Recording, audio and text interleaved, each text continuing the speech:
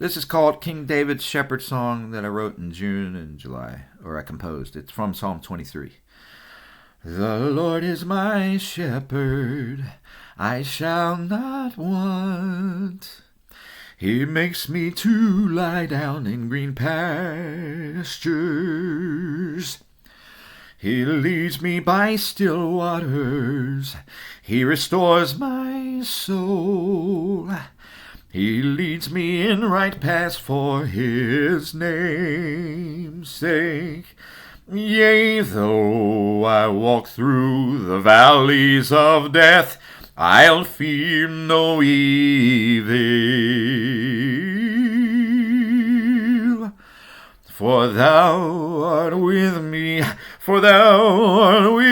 thy rod and thy staff, they comfort me. And thou preparest a table before me, in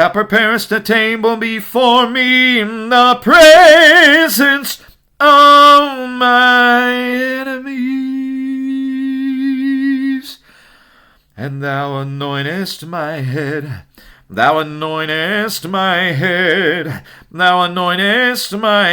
with oil. And I feel so blessed, my cup runneth over.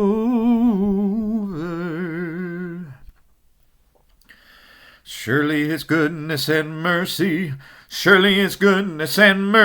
will follow me all of the days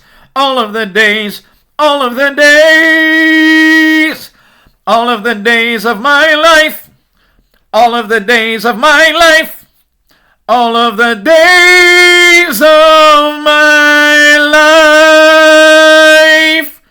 And I will dwell in the house of the Lord forever and ever.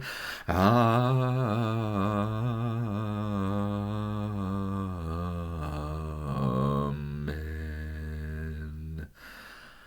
Amen.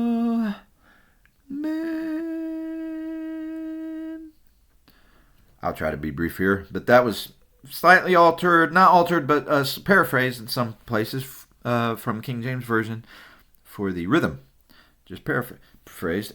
But there was one part that you could challenge, and that's where I said, "He leads me in right paths for his name's sake," instead of "He leads us in the paths of righteousness for his name's sake."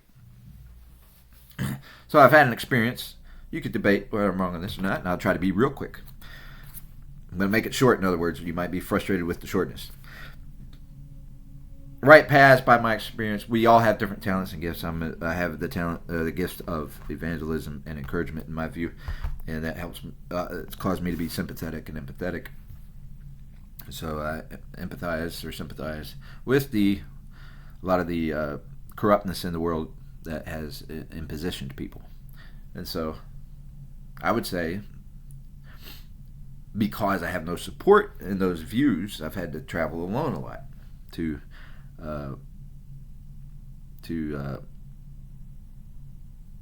befriend people, mostly trying to befriend people who are outcasts. So, and mainly though, so I can share the gospel with them, right? But I didn't do that. People say, "No, you didn't share the gospel with them." I did eventually. Anyway. So I think God leads us in various paths by gifts and talents, and we're supposed to share his name, and that is righteous, and we're supposed to carry ourselves righteously, try to, but I failed at it many times.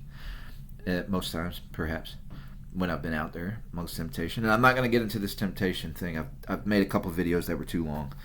And I'm just going to go ahead and skip over it and just say it's debatable. I think that but while he's there, he's leading me in right paths, and I might not have heard him many times. He's still leading me in right paths in my heart and mind. And I may have rejected that a few times, and there's some things that I don't know if they are right or wrong, or if society called something a sin that wasn't a sin. And so I've sometimes thought I might be wrong and gave into it anyway. But I didn't think I was wrong before God, but I thought I was wrong before society. And we are supposed to follow society, but in America we're allowed to challenge those kind of things. And so People forget that, and I'm into that challenge. I'm into that challenge. If you're dispositioning a whole lot of people, millions of people, by a bad law, a medicine law, which those are the most tricky. You've outlawed God's medicines. You've outlawed God's natural plant medicines and put it in the hands of thieves and crooks. And so they make 100% forms instead of 2% forms. Is one small example.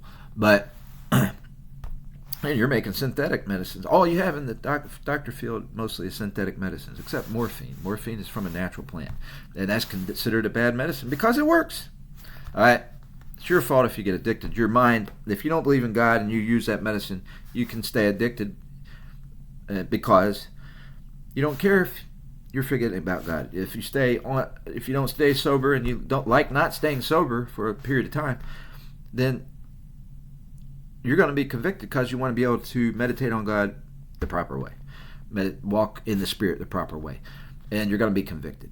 And so, if you don't believe in God, there is a potential for addiction more than not. Now, if you want to live healthy and you don't believe in God, then you still don't want to do the medicine. If you want to be an athlete and that kind of thing, you don't want to do much of the medicine, right?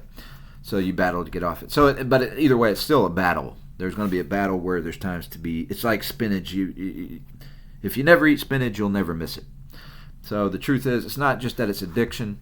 It's the fact that a relapse means you chose to do it. You weren't addicted to it, but a relapse means you chose to do it because you thought it's no big deal. It's like, I've had it before. It'll help me right now. And maybe sometimes that's right. Sometimes you're using it like a medicine, and they condemn that and call you an addict, take all your property and everything else, and that's what's wrong too. All right. But Psalm 23, the Lord is my shepherd, I shall not want. God, I don't lack. I have everything I want in the next life. God has not saved me from my stomach in this life, right? But He saves us from our stomachs in the next life. However, He gives us a desire to do well and to manage our stomachs, our appetites, I'll say. All appetites are medicinal appetites. Manage them all so we can let the Spirit be seen through us at least at times. And most of the time is the goal. And all the time is the big goal, right? But to be realistic, our outlook has to be to try to do it all the time. When He says, go and sin no more, you're supposed to go try and do that all the time. And there's certain things you just can't do. You can't, if you're married, you can't cheat. You can't cheat just once. You can't cheat on your partner once. That harms this thing your whole life. And you might work it out and restructure it, but that's something you can't fall back into. But the kind of sins I'm talking about are overeating. We fail at that a lot of times. That's going to happen a lot, and that's not the same, doesn't have the same consequences as cheating in a marriage, for example. All right, I'm not picking on people in those situations. I'm just giving you an example. And if you kill somebody, they can't come. You can't bring them back to life, right? If you steal from somebody, you can pay them back, and we should. That's the rule. Should be our rule. You stay in jail until you pay somebody back or whatever. So then you pay them back and you get out. It should be a lot easier to get out unless you're dangerous, right, and used armed robbery. So I'm going to try to shorten this still. I shall not want. So I have hope of heaven. He makes me to life, but I still have my stomach in this life. Next life, I'm safe from my stomach. Me in right paths for His name's sake. And hell, you're not safe from your stomach. You're starving. And you're hating it. Right? He leads me in right paths for His name's sake. So I say right paths may fit. He leads me in paths of righteousness. Because He leads me in right paths. Because even all things work together for good to them that love God and who are called according to His purpose. And there's another verse that supports this. But I do pray that the things where I've messed up and failed, that later on somehow I can be a encouragement to people who saw that and were affected by it, or saw my testimony and thought it's a bad testimony. I'm not a role model, but I do have a testimony, and I refuse to be put myself in a situation, if I can help it, where I'm not allowed to speak and share my testimony and what I've learned. We've learned more from people who have been through a lot of stuff and had to learn a lot more. I've had to learn a lot more than other people just to manage myself, right? But to manage myself well. And tricks to manage myself. I've been through a lot of different things, and partly because I'm empathetic and sympathetic, and I have not bought into the world's stereotypes, right? When I was young, especially. Now, as you get older, you have to be concerned about stereotypes and all that. But I don't believe in the stereotypes. So, but sometimes you got to use stereotypes. You got to marginalize to clean up something. You have to, if you want to get something done. But you need to do it with the understanding that that's not the whole finalization of defining someone. Okay, I got to finish this. Just go to the end. surely goodness and mercy will follow me all the days of my life, and I'll dwell in the house of the Lord forever. His mercy and goodness has definitely been there.